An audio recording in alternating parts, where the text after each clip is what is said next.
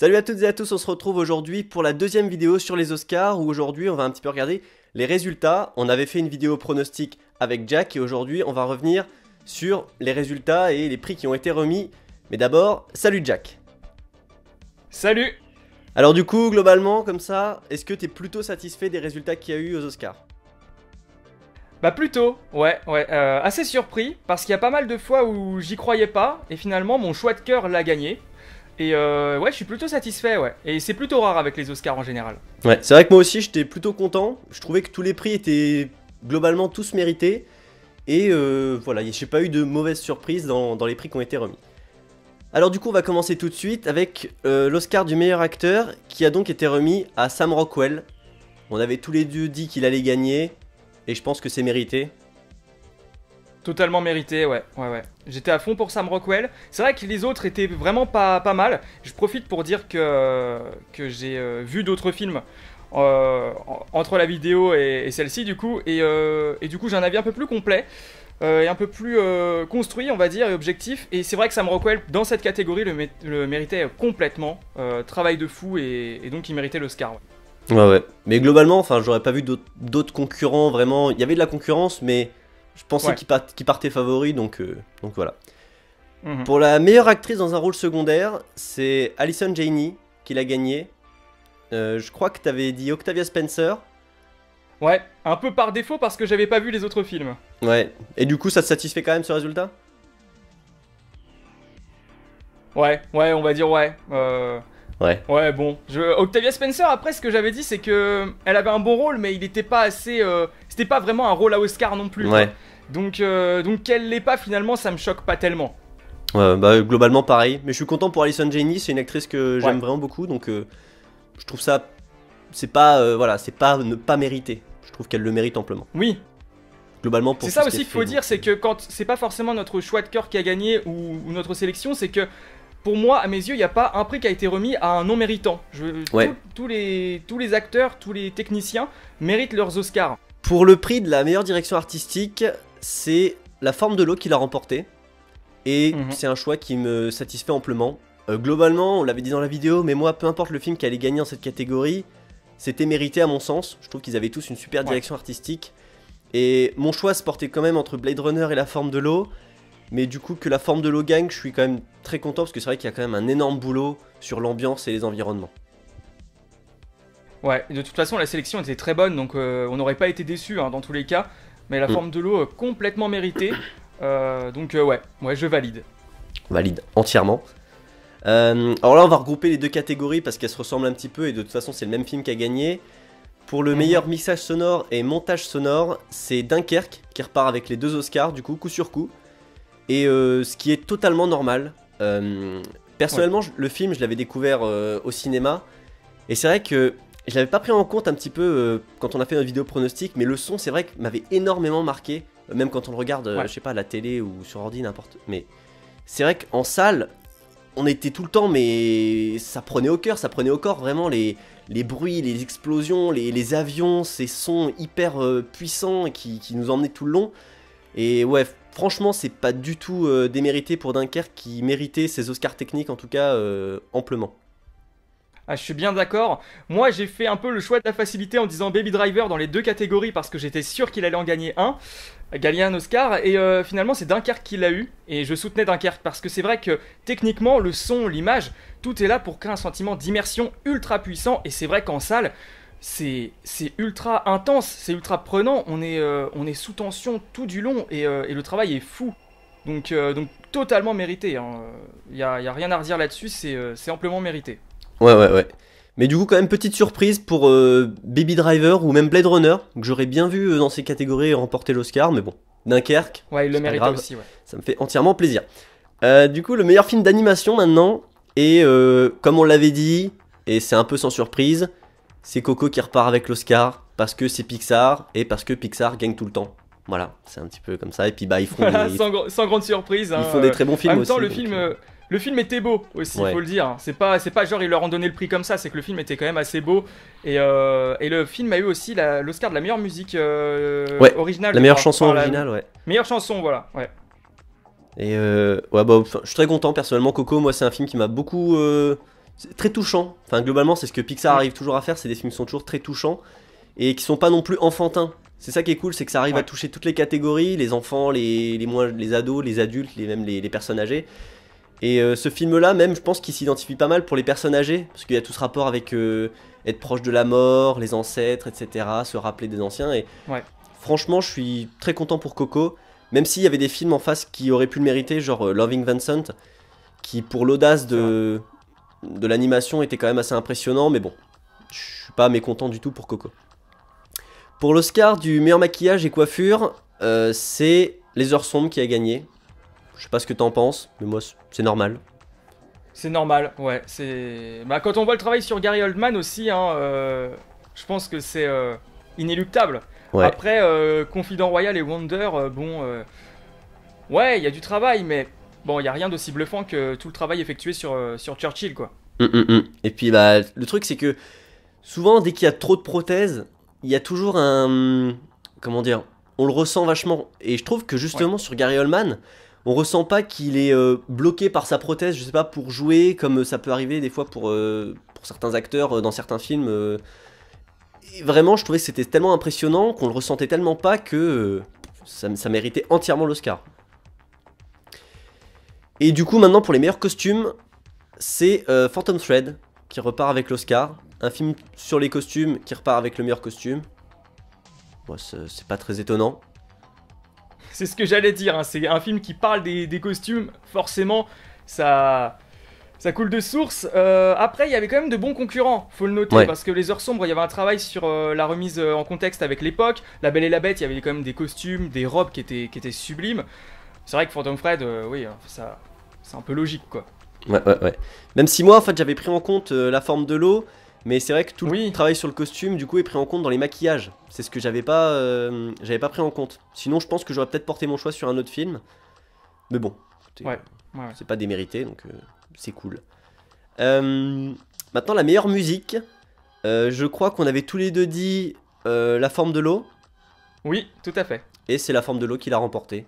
Avec notre français national, Alexandre Desplat qui part avec. Cocorico. C'est bien, voilà, exactement. Je suis plutôt content pour lui, il mérite cet Oscar. Ouais. Et voilà, il a fait encore un très bon boulot. Même s'il y a une petite déception personnellement pour Dunkerque. Mais bon. C'est vrai.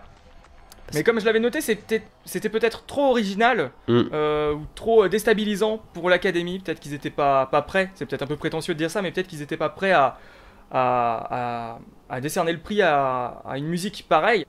Une musique qui est beaucoup plus dans l'attention, dans le ressenti, que dans la mélodie, comme les musiques de Desplat, par exemple, ou Star Wars. Donc oui, la musique de Dunkerque est ouf, mais La Forme de l'eau le mérite complètement, il n'y a pas de débat là-dessus. Ouais, exactement, c'est ça, c'est le côté Dunkerque, il n'y a pas un thème global, il y a une musique, parfois là c'est très mélodieux, très beau, très lyrique, voilà, dans des envolées et tout, mais il n'y a pas un thème comme l'ont tous les autres films. Voilà, c'est beaucoup dans l'ambiance, avec des trucs très lancinants, donc je comprends globalement que l'Académie l'ait pas remis à Dunkerque, mais bon, La Forme de l'eau, c'est cool. Globalement, si La Forme de l'eau gagnait ou Dunkerque, j'étais très content, donc... Dans tous les cas, ouais. Les meilleurs effets spéciaux, et c'est... Je suis à la fois triste mais content, c'est Blade Runner 2049. Je suis triste pour La Planète des Singes, parce que bordel, au bout de 3 films, ils ont même pas eu un seul Oscar pour les effets spéciaux. Ils devraient en remettre 2 limites là. Là, il devrait y en avoir un pour Blade Runner, un pour La Planète des Singes. Mais bon, écoute, c'est pas grave. Bah, quitte à parler de La Planète des Singes, moi je trouve ça assez dommage que Andy Serkis soit pas dans les meilleurs acteurs. Hein, tant qu'à faire. Mais ouais, c'est vrai, c'est dommage pour La Planète des Singes, mais on l'avait dit quand on avait parlé des effets spéciaux. Blade Runner, visuellement, c'est une grosse claque. Les effets spéciaux sont magnifiques. C'est des effets spéciaux de contexte en plus. Hein. Donc c'est vraiment ce qu'aime l'Académie en plus. C'est pas des mecs reproduits en 3D. Hein, bon, dans La Planète des Singes, c'est bien fait. Mais c'est pas des espèces d'incrustations 3D dégueulasses. C'est que, voilà, c'est dans le contexte. C'est pour habiller l'image. C'est discret, c'est sobre. Et c'est extrêmement bien foutu. Donc forcément, Blade Runner, c'était une évidence. Même s'il y a un léger pincement au cœur pour La Planète des Singes quand même. Hein. On est obligé de le notifier. Ouais, je suis totalement d'accord avec toi. Et maintenant, l'Oscar du meilleur montage qui revient à Dunkerque. Et je suis très content. Putain. C'est génial. c'est super. Franchement, il y en a qui vont gueuler, forcément, ceux qui n'ont pas aimé le film, qui n'ont pas aimé la façon dont l'histoire a été racontée. Ils vont dire ouais mais c'est monté n'importe comment. Non, c'est pas monté n'importe comment. Et pour moi, c'est entièrement mérité. Bah quand on en avait parlé, j'avais dit Dunkerque, sans vraiment y croire, parce que pour moi c'était encore une fois trop original peut-être pour être récompensé, et au final il l'a eu, et je suis tellement content, tellement content. C'est un gros fuck à tous les rageux, hein, ceux qui disent que Nolan sait pas monter ses films, qu'il est obligé de monter ses films dans le désordre pour que ce soit un minimum complexe. C'est des conneries, hein, mais je suis tellement content qu'il ait gagné, franchement c'est génial. Je suis hyper content. Et même si bon du coup, les 3 catégories dans lesquelles Baby Driver était nommé, il en remporte aucun. C'est dommage, genre, il aurait mérité un Oscar sur le montage, peu importe le son, le mixage, enfin. Mais bon, tant pis.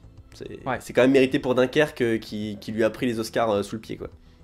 Ça c'est clair. Cette expression n'existe pas. Du coup, l'Oscar du meilleur scénario adapté, et c'est Call Me By Your Name qui l'a gagné. Alors je peux pas trop donner mon avis parce que j'ai pas vu le film, donc je peux pas dire si c'est mérité, pas mérité. Bon, voilà. Je sais pas ce que toi t'en dis. J'ai pas vu le film non plus, je suis quand même déçu pour Logan. Bon, c'était un peu obligé que Logan ne l'ait pas, hein, on va pas se leurrer. Mais ouais, je suis un peu déçu. Après Call Me By Your Name, en vue des retours, je pense que c'est pas démérité. Meilleur scénario original, et là c'est Get Out qui l'a gagné. Et personnellement, je suis surpris, mais pas entièrement surpris non plus. Bah, Get Out, je pense qu'il fallait au moins lui filer un Oscar. Et je trouve que meilleur scénario original, pourquoi pas. Surtout quand on pense à tout le sous-texte du scénario. C'est vrai que c'était logique de lui donner. Le meilleur acteur, c'est Gary Oldman. J'avais dit Gary Oldman, t'avais dit Gary Oldman, c'est Gary Oldman qui a gagné. Alors par contre, j'avais quand même dit pendant les 3/4 du temps où on a parlé de cette catégorie que Daniel Day-Lewis allait le gagner, et à la fin j'ai fait ouais, Gary Oldman le mérite quand même beaucoup. Donc ouais, j'ai le point sans trop l'avoir, mais ouais, Gary Oldman, hein, je suis très content pour ce rôle, mais surtout pour l'acteur, parce que l'acteur est extrêmement talentueux, et il me semble que c'est son premier Oscar pour meilleur acteur. Ouais. Je sais même pas s'il en a eu un autre second rôle ou pas.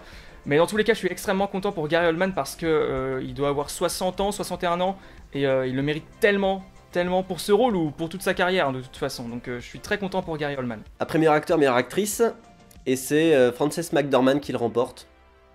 Qu'est-ce que t'en dis, toi? J'étais pour cette actrice, et je suis extrêmement content qu'elle l'ait eu. J'ai vu qu'il y avait des rageux, apparemment. Je comprends pas pourquoi, parce que son rôle est complexe et extrêmement nuancé, et elle a su parfaitement l'interpréter. Donc moi je suis ultra conquis par son rôle et par le fait qu'elle ait eu l'Oscar. Ouais, bah de toute façon j'avais voté aussi pour elle. Ma surprise ça aurait été que Sally Hawkins le gagne, parce que j'aurais beaucoup aimé qu'elle ça aurait été bien, ouais. Parce que bon, j'ai préféré largement La Forme de l'eau à Three Billboards, mais c'est vrai que Three Billboards, il y avait un truc qu'on pouvait pas remettre en question, c'était ses acteurs, au moins, parce qu'ils étaient tous très très bons. La meilleure photographie, elle revient à Blade Runner 2049, à Roger Deakins, et c'est magnifique, c'est génial. Putain, merci l'Académie des Oscars, enfin, le mec ça fait des années qu'il nous pond des putains de photos magnifiques, enfin... Genre, Les Évadés, Sicario, Prisoners, Skyfall. Ouais. Putain, Skyfall. Et là, enfin, il l'a. Putain, c'était pas trop tôt, quoi. C'était pas trop tôt, donc merci. C'est tout le boulot qu'il a fait avec les frères Cohen avant, et maintenant plus avec Denis Villeneuve.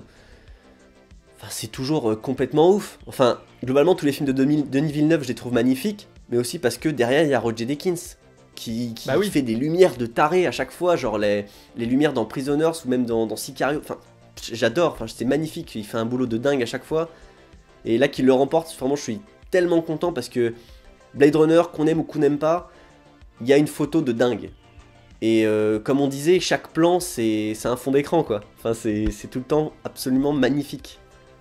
Et ce qui est cool, c'est que c'est pas un Oscar qui lui a été donné en hommage à toute sa carrière, c'est vraiment parce que Blade Runner 2049 est une grosse claque, en fait.